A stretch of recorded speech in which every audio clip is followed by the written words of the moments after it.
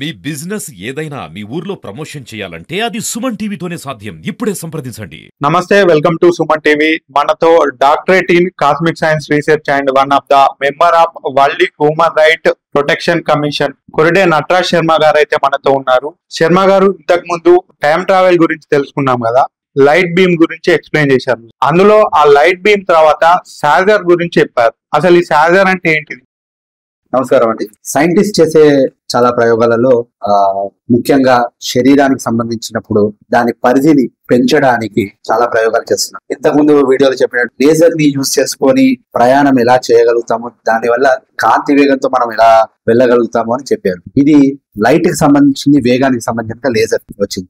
Sound కి సంబంధించినప్పుడు మనిషికి ఒక పరిధి, వినికిడి శక్తి పరిధి 20 to 20,000. ఇంతకన్నా 20 కన్నా తక్కువ ఉన్నా మనకు వినిపించదు, 20,000 కన్నా ఎక్కువ ఉన్నా మనకు వినిపించదు. దాని పరిధి అంతే. అంటే మన శరీరానికి ఈశ్వరుడు ఇచ్చిన పరిధి అంతే. అయితే మన ధ్యాన స్థితిలో ఋషులు మునులు ఏం చేశారు అంటే, వాళ్ళ ధ్యాన స్థితిలో సిద్ధులు పొందిన తర్వాత ఆ పరిధిని పెంచుకున్నారు. ఎందుకు అంటే అదంతా అప్పుడు ఈ ఇంద్రియానికి అతీతంగా వెళ్ళి ఆ తన్మాత్ర యొక్క శక్తిని పెంచి సూక్ష్మ శరీరంతో డైరెక్ట్ గా కమ్యూనికేట్ చేసేవాళ్ళు. అందుగురించే వాళ్ళ పరిధి పెరిగి 20 కన్నా తక్కువ, 20,000 ఎక్కువ కూడా వాళ్ళు తెలుసుకోగలిగారు. అందుకే ఒక చిన్న చీమ చిటుకున్న వాళ్ళకి వినిపించేది, అంత చిన్న ప్రాణితో కూడా వాళ్ళు మాట్లాడగలిగేవారు. పెద్ద పెద్ద ప్రాణులతో దానికన్నా పెద్ద పెద్ద వచ్చే శబ్దాలని వాళ్ళు గ్రహించేవాళ్ళు. ఆ గ్రహించగలిగారనుకనే వాళ్ళు భవిష్యత్తులో రాగలిగే ప్రమాదాలు ఎలా ఉన్నాయి, మనకి కాస్మిక్ వరల్డ్ అంటే ఈ యూనివర్స్ లో జరుగుతున్న పరిణామాలు ఎలా జరుగుతున్నాయి, ఎక్కడెక్కడ ఏవేవి క్లాషెస్ అవుతున్నాయి, ఇవన్నీ ముందే చెప్పగలిగారు అందరు.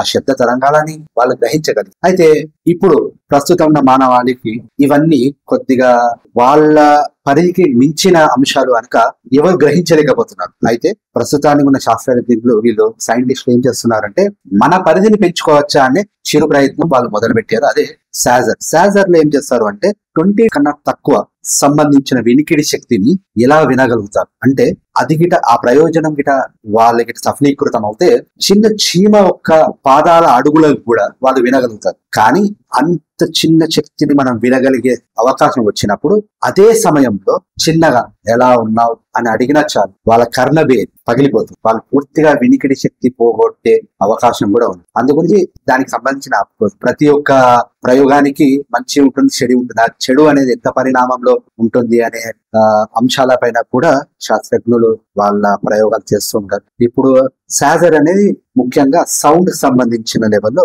లేజర్ అనేది లైట్ కి ఎలా ఉంటుందో సాజర్ అనేది సౌండ్ కి సంబంధించిన పరిధిని పెంచడానికి, తగ్గించడానికి చేస్తున్న ప్రయోగాలు ఒకటి. ఇంకా మిగిలినవి మనం ఇంకొక వీడియో